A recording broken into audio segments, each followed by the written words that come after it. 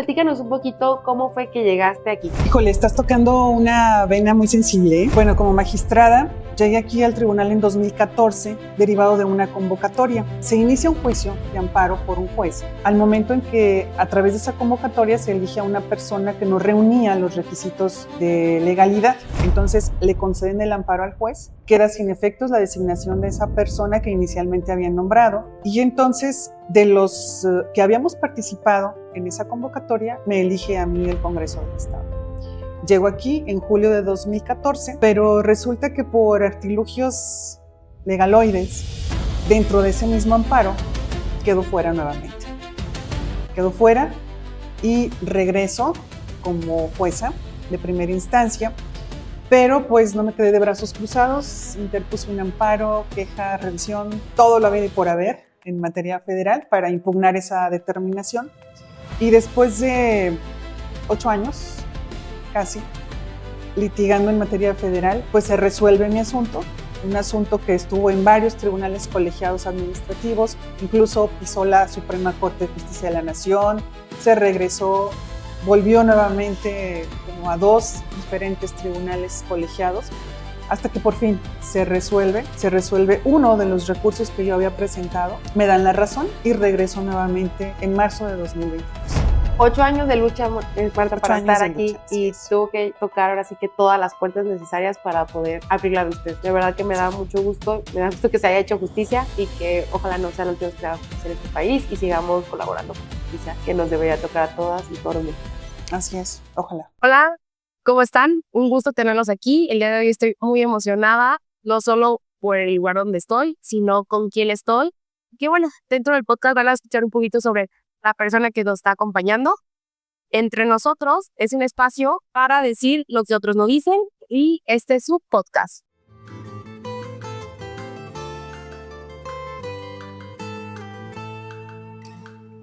Bueno, pues Marta, ella es Marta Leticia Padilla Enrique, magistrada de aquí de la Cuarta Sala Civil en el estado de Jalisco, y pues voy a dejar que ella sola se presente. Es un gusto estar aquí, que nos pueda tratar su tiempo, y de verdad que tengo toda la admiración y estoy emocionadísima por escucharla y conocerla un poquito más, y sobre todo que la gente la conozca. Muchas gracias, Tere. Bueno, pues para toda tu audiencia, gracias por prestarnos sus oídos a este podcast entre nosotros. Su servidora, Marta Leticia Padilla Enríquez, soy magistrada adscrita a la Cuarta Sala del Supremo Tribunal de Justicia en el estado de Jalisco. Como bien lo indicas, en esta sala se maneja la materia civil, se identifica como materia civil, sin embargo, también analizamos asuntos familiares, mercantiles y algunos temas de competencia laboral. Marta, digo, para toda la audiencia que no conoce que es un magistrado, ese aplicó, ¿nos podrías compartir realmente cuáles son tus funciones aquí? Claro que sí, con mucho gusto, Tere. Bueno, el magistrado o la magistrada es aquel funcionario que integra el Poder Judicial en el estado de Jalisco. Sabemos que, pues bueno, nuestra democracia, nuestra república se integra por un Poder Judicial, un Poder Ejecutivo, un Poder Legislativo. El Poder Judicial, precisamente, se integra por el Supremo Tribunal de Justicia en el estado de Jalisco, los juzgados de primera instancia, los juzgados de paz, así como también el Instituto de Justicia Alternativa. En este caso, el Supremo Tribunal de Justicia en el estado de Jalisco se integra por 34 magistrados. Estos magistrados están divididos en 11 salas. Cada una de ellas tiene una competencia específica, en este caso nosotros las que ya te comenté. Esta otra sala, que es la sala 10ª, se encarga de asuntos penales y en materia de justicia para adolescente. El resto de las salas son especializadas en materia penal. Bien, en lo que corresponde a un magistrado, se conoce también el tribunal como una segunda instancia. Es decir, cuando una persona tiene un asunto por resolver, un asunto jurídico o legal, me deben rentas, ¿no? O alguien no me cubrió el pago de un pagaré o un cheque. ¿Qué es lo que hace esa persona? Esa persona formula su demanda con el apoyo de un abogado, se presenta ante un juez de primera instancia, que es el que primero va a conocer de ese asunto.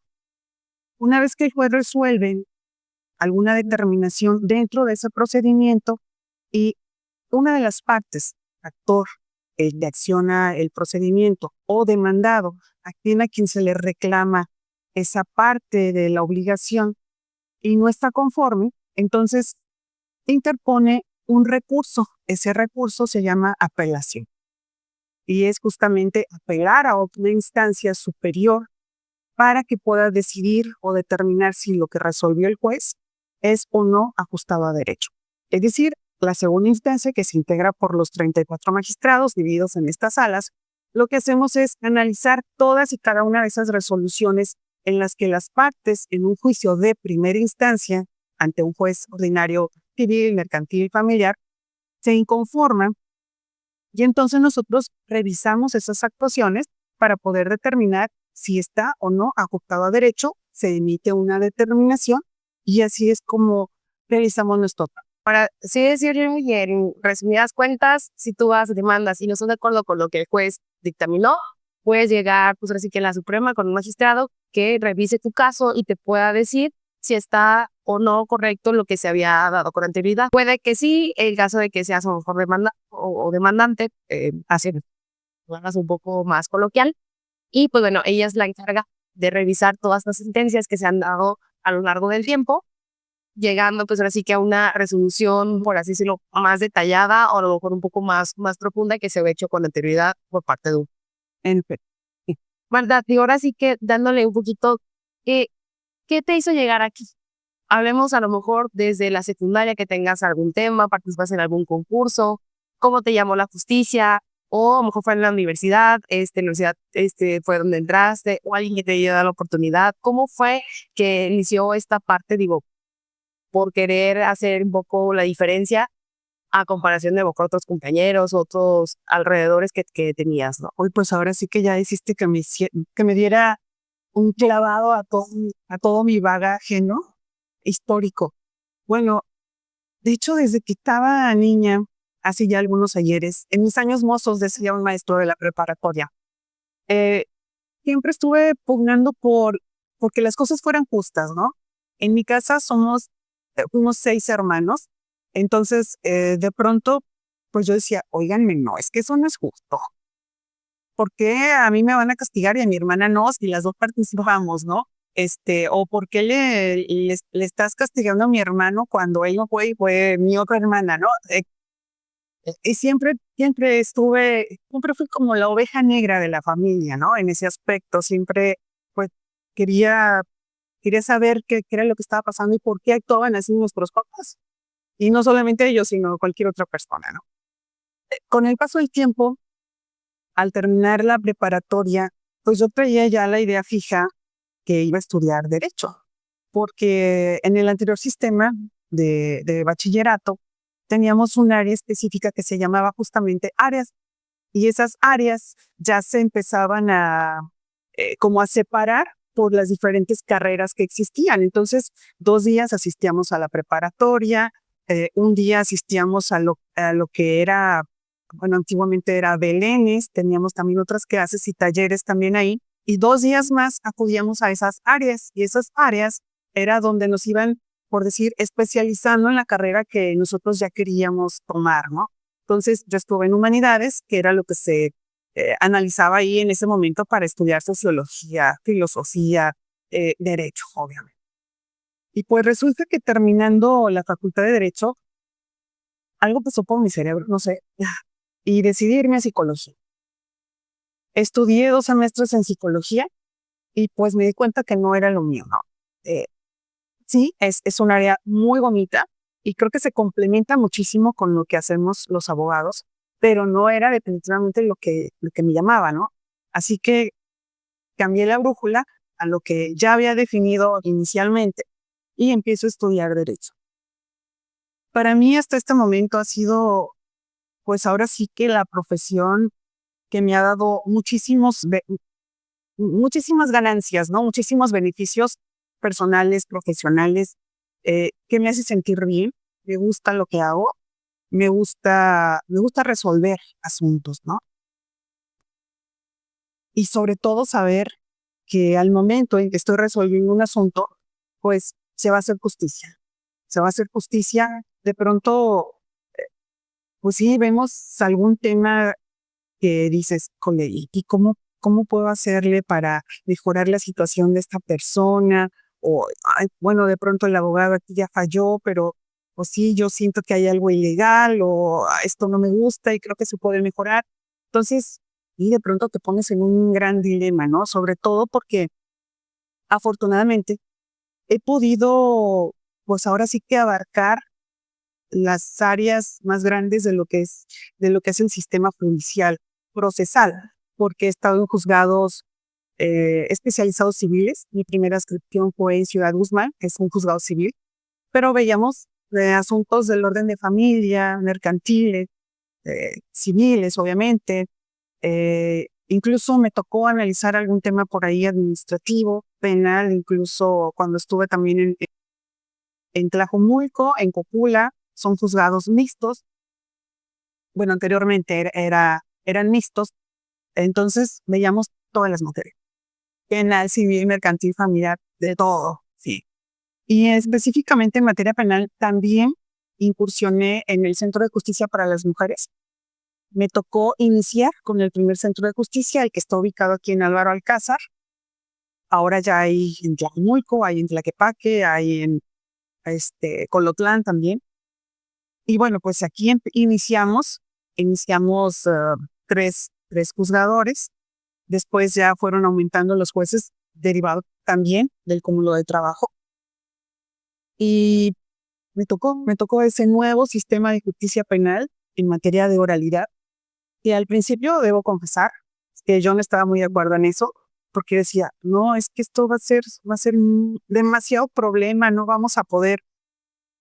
Hay un colapso, evidentemente sí, por falta de juzgados, falta de juzgadores, falta de equipo, evidentemente. Sin embargo, creo que estamos acostumbrados los jueces de primera instancia a hacer mucho con muy poquito, ¿no? Llegas aquí a segunda instancia y yo se los he dicho a mi personal, a mis relatores, que son los que me apoyan para la elaboración de proyectos, porque obviamente no podríamos solos, no sé.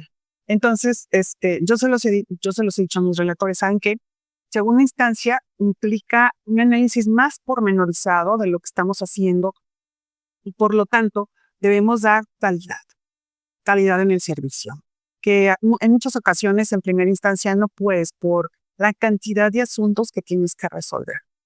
Pero me siento muy afortunada justo porque he podido revisar pues desde el sistema tradicional hasta el sistema oral, y ahora que ya va a incursionar el sistema oral en materia civil y familiar, pues me da gusto. Me da gusto porque eso nos va a hacer partícipes directos en una audiencia con las mismas partes procesales, con las mujeres y los hombres que están involucrados en algún tema de esas materias, incluso niños, niñas, adolescentes.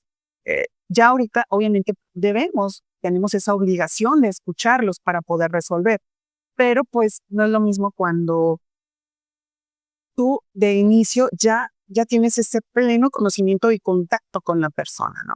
Que estás directamente con él. Pero Marta, y tú lo has comentado, el tema judicial en Jalisco y México ha estado evolucionando con el cambio, o sea, con los cambios. ¿Algún cambio que tú digas, de verdad no me gustó? O sea, sí estaba mejor antes, o a lo mejor uno que digas, para que veas estuvo bueno, o sea, ha mejorado los procesos, ha cambiado el sistema, hemos mejorado mejor en contestación de las demandas, o sea, no sé. Bueno, el sistema procesal ha cambiado muchísimo, sobre todo en el área de familia. En el orden familiar, creo que ha tenido una evolución de 360 grados. De pronto pensábamos que pues lo que decía el código procesal era la letra y no había más, ¿no? Y de pronto tú decías, híjole, pero hay un niño, ¿qué hago? ¿Cómo resuelvo? Pues es que el código no me da para más, entonces aquí está todo, ¿no? Entonces, pero no, resulta que en el 2011 pues hay una gran modificación sobre derechos humanos a partir de nuestra Constitución, y eso obviamente viene en cascada a modificar un montón de leyes que tienen que ver con la propia Constitución. Y esto pues fue justo en beneficio de las personas, porque lo primero que debemos de garantizar es ese derecho humano que tiene la gente en un procedimiento judicial. Entonces, Ahora es tan amplia esa gama que no solamente debemos revisar lo que nos dice el código de la materia, no. Ahora tenemos que ponernos a estudiar qué es lo que dice la Corte Interamericana de Derechos Humanos sobre ese tema y revisar si nuestra legislación no es tan amplia para poder garantizarle esos derechos a la persona, pues vamos a tener que utilizar algún tratado o algún convenio internacional en el que México ha sido parte para poder ampliar ese derecho y podérselo dar. Wow, de verdad que me emociona muchísimo todos estos temas, digo, la estoy muy contenta. Pero, Marta, es que platícanos cómo sobrellevas las horas de estudio, porque son muchas horas de estudio, diplomados, cursos y preparación. Hay algo donde estás y para tomar la mejor decisión, por así decirlo. También sé que eres mamá. ¿Cómo le has hecho para combinar esta parte personal con la parte profesional? Lo comparto, ser mujer en México actualmente pues es difícil de crecer de la manera profesional. Estamos por ahí las mujeres luchando y peleándolo, por así que en la silla principales. Pero bueno, esto conlleva siempre un esfuerzo adicional. No porque los hombres no se esfuercen, no lo tomen de esa manera, sino al contrario, todo el mundo se esfuerza, pero a veces las mujeres tienen que hacer un poquito más de lucha por el simple hecho del género, ¿no? De que las mujeres no están hechas para esto, no están acostumbradas, pero simplemente no hemos llegado o no hemos logrado llegar a todos los espacios. Lo comparto, me da muchísimo gusto el espacio en el que estás y que las mujeres ya podemos tenerte como un referente, porque realmente eso eres, una referente hacia todas las mujeres que aspiramos a algo, pues diferente, ¿no? Entonces, a mí me causa mucha intriga porque, digo, yo no soy mamá y a veces el tema del tiempo, pues te juega en contra, ¿no? Así es. Híjole, estás tocando una vena muy sensible, ¿eh? Yo inicio a estudiar Derecho y al terminar la carrera me doy cuenta que mi título dice abogado. Abogado con U. Entonces yo dije, "Ay, pero yo soy abogada, ¿sí? O sea, yo soy mujer, ¿por qué mi título dice abogado?" Bueno, afortunadamente hace unos años ya la Universidad de Guadalajara empieza a emitir los títulos de acuerdo al género, ¿no? Y en ese momento yo dije, no, es que esto no puede ser así. No puede ser así. Vivimos en un mundo de hombres. Mi profesión era básicamente de hombres. En mi grupo no te puedo decir que era mitad y mitad. Obviamente eran más varones que mujeres. Entonces, te das cuenta que te encuentras ante una situación que hay barreras. Efectivamente, hay esos llamados techos de cristal muy difíciles de romper. Y luego vienen esos pisos pegajosos de los que tampoco te puedes zafar tan fácilmente, ¿no? Y bueno, sí, ha sido una carrera constante de, pues, estar pugnando y luchando porque las mujeres en general puedan ganar un... Tan es así que al final de 34 magistrados somos 15 mujeres, pero eso ha sido gracias a las últimas reformas de paridad de género. Había una sola jueza mujer. Ahorita que tocas el tema de paridad, digo, por ahí hay mucho revuelo, porque dicen que ahora las mujeres están llegando a las sillas por un número.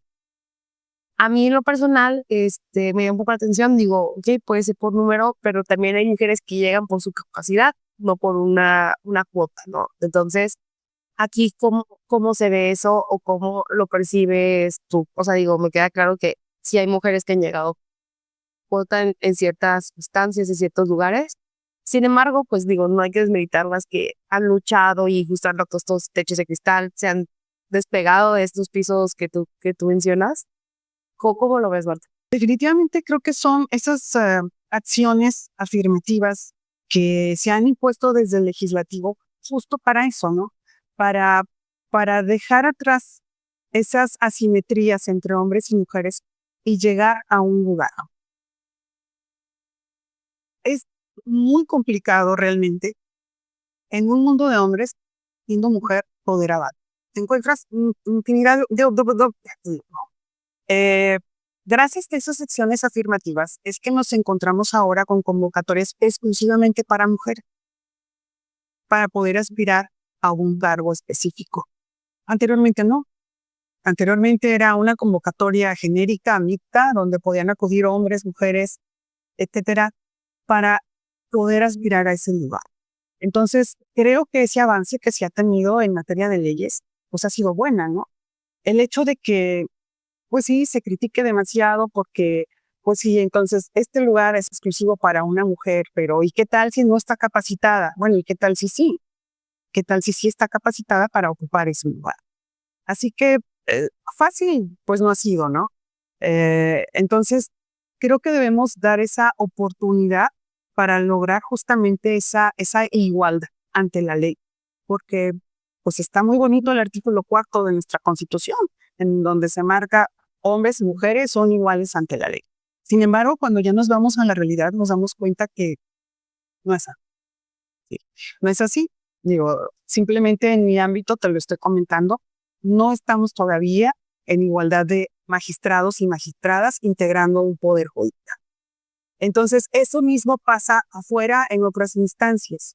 Sí, yo son contadísimas las mujeres, ¿no?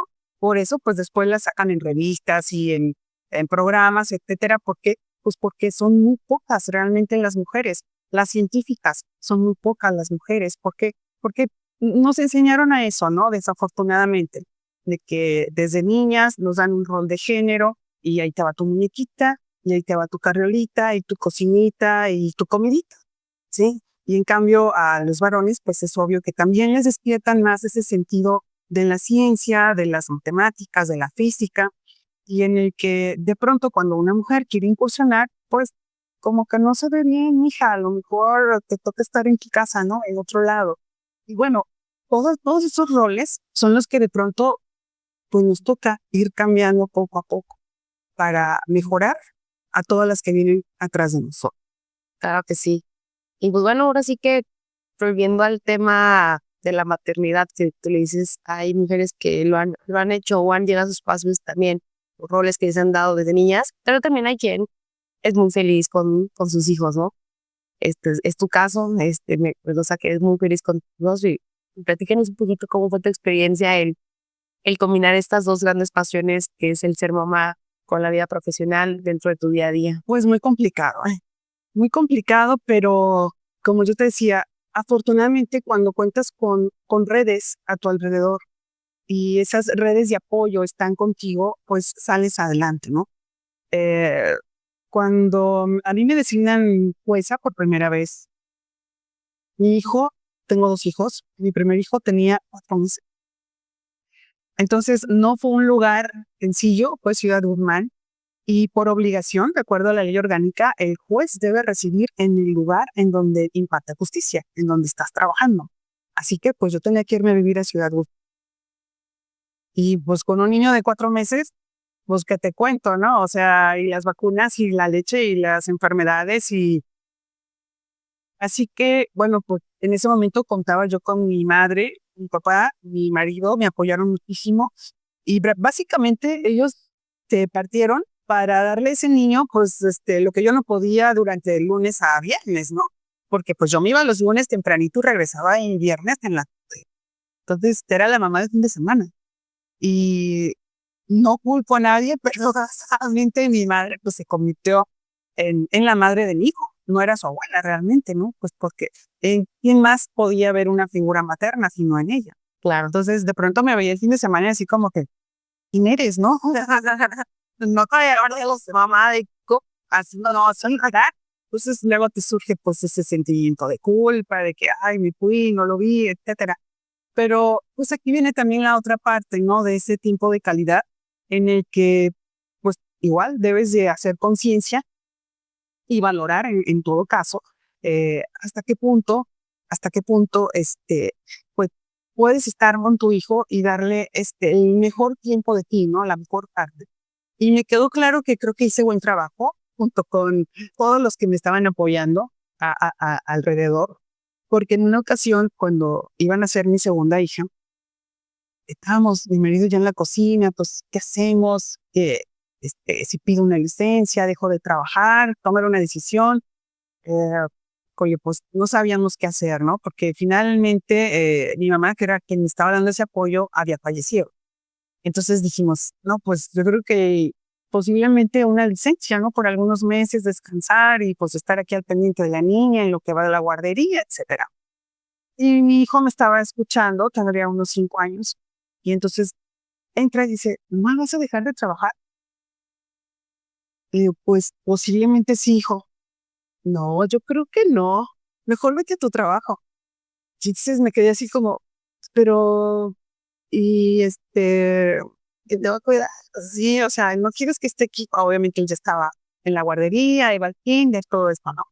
Y ya dice, sí, dice, pero, pues nosotros cuidamos a mi hermana, no te preocupes.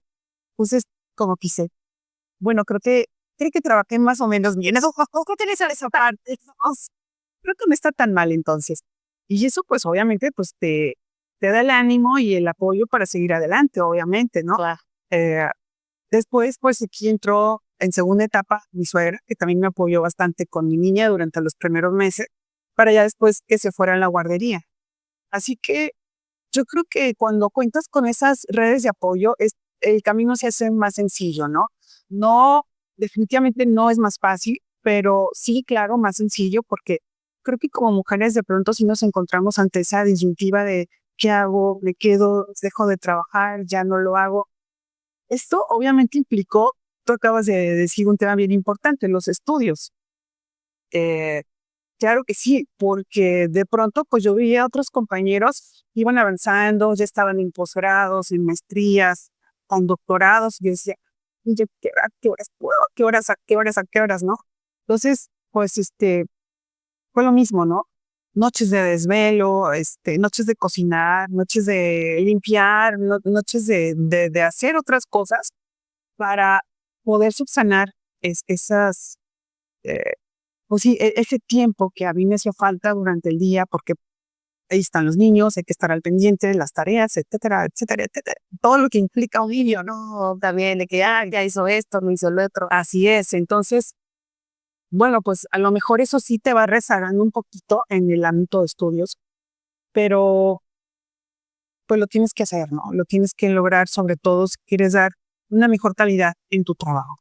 No, y de que después nos alcanzaste, digo, tampoco fue que te desanimaste y dejaste ahora sí que tiraste por boda todo lo que habías construido, digo, es lo que mucho admira el que después de cierto tiempo regresaras como este ámbito de estudio y decir, ok, mis hijos ya no dependen a lo mejor 100% de mí, digo, queda claro que siempre dependen de sus familias, pero justo esta parte de, ok, voy a, voy a seguir estudiando, voy a seguir preparándome para llegar incluso pues un punto más de. Bueno, pues después de un pequeño corte, seguimos con la entrevista con la señora Marta. Señora Marta, así que platíquenos algún caso que le haya llegado a usted, que le haya conmovido o que incluso le hayan hecho sentir de que, bueno, todo el esfuerzo, puesto que nos platicas de día a día que vives, vale la pena o para que ti te haga sentir satisfecha. Digo, sé que hay veces por momentos, personas que llegan en los momentos a veces adecuados, que nos dicen, no te rindas, más bien, sigue luchando, ¿no? O sea, te estamos echando porras de acá tras bambalinas y estamos orgullosos de lo que estás creando. Fíjate que a mí me agrada cuando entran las personas y me dicen, ¿sabe qué? Respeto su resolución, creo que fue lo correcto. ah, Me voy a inconformar, sé que no va a prosperar, pero me voy a inconformar. Para mí eso es importante porque me hace ver que estoy haciendo bien las cosas, ¿no? Sí, me ha pasado en muchas ocasiones que entró en una ocasión un abogado y me dijo, ¿sabe qué? Este, yo venía con usted a hablar sobre mi asunto, pero no hubo necesidad porque ya tengo aquí la sentencia. Gracias. Otro también entró y me dijo, pues yo me inconformé con su resolución. No me gustó. Dice, pero tiene toda la razón. Entonces, pues ya sé que no va a prosperar, pero bueno, pues voy a interponer una apelación a ver qué pasa. Adelante. Y efectivamente no se le concedió, pero reconoció esa parte, ¿no? Que aunque no le gustó, había razón legal para eso. Sí. Y te voy a platicar también en una ocasión, estando en un juzgado foráneo, porque estuve en varios juzgados foráneos. Estuve en Ciudad Guzmán, estuve en Sayula, en Cocula, en Ocotlán, en Tlajomulco, y después estuve en el juzgado séptimo mercantil, aquí en el primer partido judicial, y luego en el Centro de Justicia para las Mujeres, y ahora. Entonces, en una ocasión que estuve en un juzgado foráneo, llegó una persona que quería hablar con el juez y mi auxiliar me dijo, ¿sabe qué? Pues el señor ya perdió su asunto, ya no hay nada que hacer ahí. El expediente estaba archivado, lo mandé solicitar y efectivamente se confirmó pues que ya el asunto estaba concluido y el señor había perdido el juicio. Lo recibo y después de que el señor estaba hablando conmigo, se levantaba mi auxiliar, se levantó como en 2 o 3 ocasiones, me hacía señas por atrás que si ya, no, que si ya lo cortábamos al señor y que si ya, yo le decía, "Tema". Yo lo dejé hablar y hablar, que me expusiera el caso y que me expusiera lo que había sucedido en el juicio, cómo se había sentido él, todo lo que había pasado. Y al final me dice, pues ya sé que perdí el asunto. Entonces yo dije, bueno, entonces, o sea, ¿qué necesitaba de mí, no? Dice, lo único que yo quería era hablar con un juez. Dice, pero los jueces que habían estado aquí nunca me habían recibido, no me habían escuchado. Así que, pues te deja una lección súper grande, ¿no? Porque tú dices, "Ah, caray, o sea, de pronto pensamos que como jueces somos inalcanzables o tenemos que estar encerrados o no recibir a las personas, no escucharlos. Pero yo creo que eso también es parte de nuestro trabajo, ¿no? Recibir a la gente y poderles, a lo mejor no dar una respuesta, porque obviamente no podemos emitir una opinión previo a resolver en definitiva. Eso lo tenemos prohibido. Pero sí dejarlos hablar, escucharlos.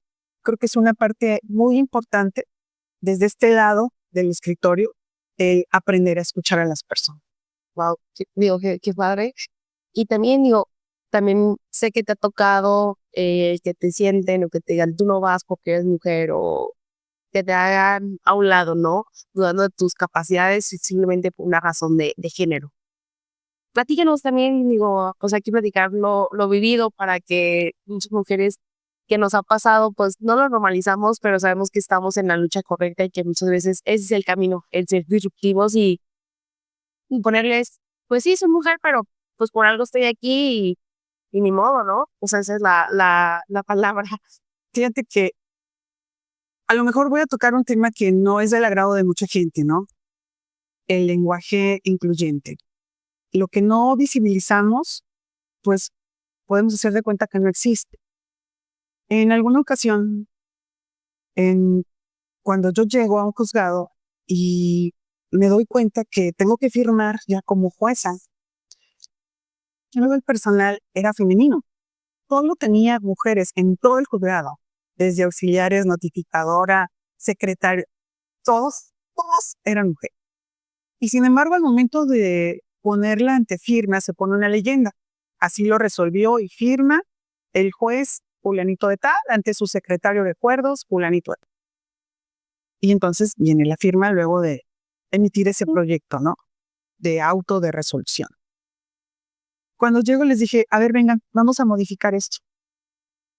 ¿Qué le vamos a poner? Pues le vamos a poner, pues, jueza, pues jueza. No, es que aquí han sido otras mujeres, pero pues, ponemos el juez. Yo no, tenemos que señalar que soy una jueza. Y a partir de ahí, todos mis informes, mis oficios, mis actuaciones decían la jueza. Ahora, pues la magistrada, ¿no? Y en un momento determinado, alguno de esos oficios llegó ante el Consejo de la Judicatura, que es un órgano de administración y que se encarga pues de la disciplina, del cambio de jueces, de las adscripciones, etc. Entonces, un consejero en una reunión de jueces dijo, ay, es que por ahí alguien pone en sus oficios jueza. Pues, ¿qué les pasa? Eso está mal, es juez y punto. Entonces, pues yo me vi aludida y ya levanté la mano, le dije, consejero, soy yo. Dije, pero creo que sí, hay que visibilizar ese tema. Y si soy mujer, pues entonces soy jueza. No, pero lo correcto es juez y así ya lo dijo la RAE. Que pues muy respetable, pero ¿quién la integra? Son hombres nada más. Entonces, yo creo que sí, hay que ponerle jueza. Y después me dio gusto porque algunas compañeras también lo empezaron a utilizar. Y dije, bueno, pues, vámonos haciendo visibles, ¿no? Porque aunque no nos quieran ser, pues aquí estamos. Y estamos en un mundo donde a lo mejor, pues, no es cómodo que sea una mujer y que tengamos una visión diferente de las cosas. En otra ocasión también me tocó, al llegar a un juzgado, yo iba sustituyendo a otra mujer, pues, y cuando llega el abogado, quiere hablar con el juez, y entonces le digo, sí, pase adelante, dígame. Y voltea y me dice, otra vieja. Y dije, bueno, pues, ¿qué le puedo decir? Con mucha honra, ¿verdad? Entonces dije, claro que sí, te vas a encontrar con muchísimos obstáculos en tu camino, pero pues yo creo que el ánimo y las ganas de salir adelante y de incluso de abrir esas brechas para la gente que viene atrás de nosotros, pues es bien importante y alguien lo tiene que hacer, nos tocó, pues hay que hacerlo, ¿no? Wow, de verdad que qué padre tener esta plática, digo, estoy emocionadísima. Y pues bueno, digo, para dar un poquito más de cierre, te tengo una pregunta que va relacionado con, ¿eres funcionaria pública o servidora pública? Muchos pueden decir que sí somos el funcionariado judicial, ¿no?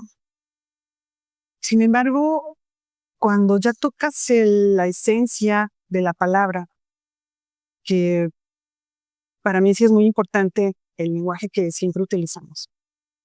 Yo sí me considero una servidora pública. Y sí me considero porque eh, no solamente recibo un pago del erario público, sino que pues mi función aquí es, es servir a las personas, es impartir justicia y hacerlo pues con honradez, con lealtad, eh, con perseverancia, preparándome cada día para hacerlo mejor.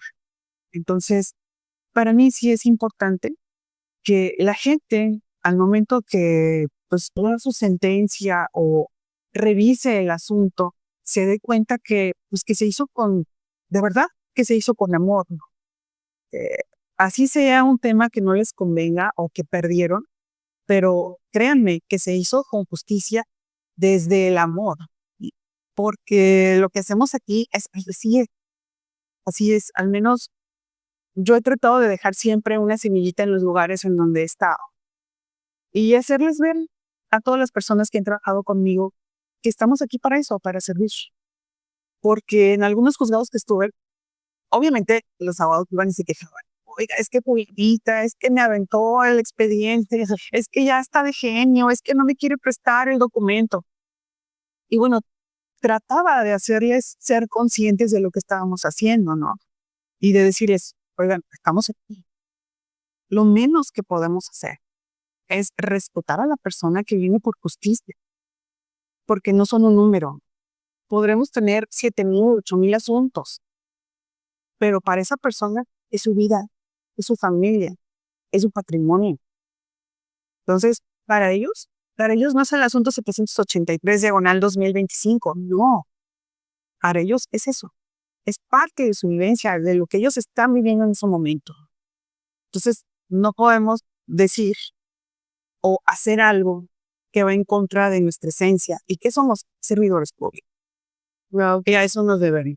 qué padre, digo, Erika Alcando, digo, ella me comenta que siempre tiene las puertas abiertas para todas las personas que quieran venir a platicar, a informarse y sobre todo pues, aprovechar este espacio. Yo estoy realmente agradecida por la oportunidad que me has dado de poder entrevistar, de poder estar aquí contigo. Pues bueno, ojalá también motive a más mujeres, puede llegar a las ideas de estás ocupando de estas generaciones que están motivadas a realmente hacer un cambio en la sociedad y hacer las cosas bien. Y que sí, estamos llegando, pero con el conocimiento, con las ganas, y no solamente por ser mujeres. O sea, el género ya quedó de un lado y vamos a ocupar las sillas que sean necesarias hasta que sea normalizado y que sea común ver que mujeres son las que presiden, las que están en esas sillas y que también se han preparado para estar en estos lugares, ¿no? Muchísimas gracias, Marta, por si nos puedes compartir por ahí tus redes sociales para que te puedan ir a seguir Claro y que que sí. estén ahí pendiente de todo lo que estás compartiendo y subiendo el día a día. Claro que sí, para mí es importante, sobre todo, hacerles saber, no solamente a las mujeres, sino a todas las personas, cuáles son sus derechos y por qué es importante conocerlos y preservarlos, defenderlos, ¿no? Entonces, por supuesto que sí, me encuentran en mis redes sociales como Marta Leticia Padilla Enríquez, en Facebook, en Instagram, Mag, yo Mag, Marta. Marta Padilla, para que estén ahí al pendiente. Pues muchísimas gracias y pues hasta el siguiente capítulo. Gracias. Muchas gracias también.